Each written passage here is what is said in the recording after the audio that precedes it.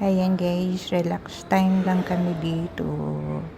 Ayan, yung dalawa kong anak.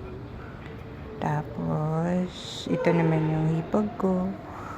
Ayan, nandito kami sa 41st floor ng Cos Residences. Ito yung makikita mo sa paligid. Ayan o.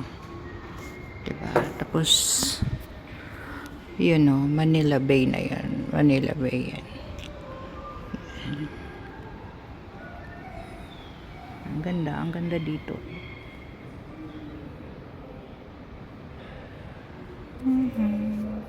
Ang ganda. Ayan, kumain pa ako ng saging. Punta tayo dito.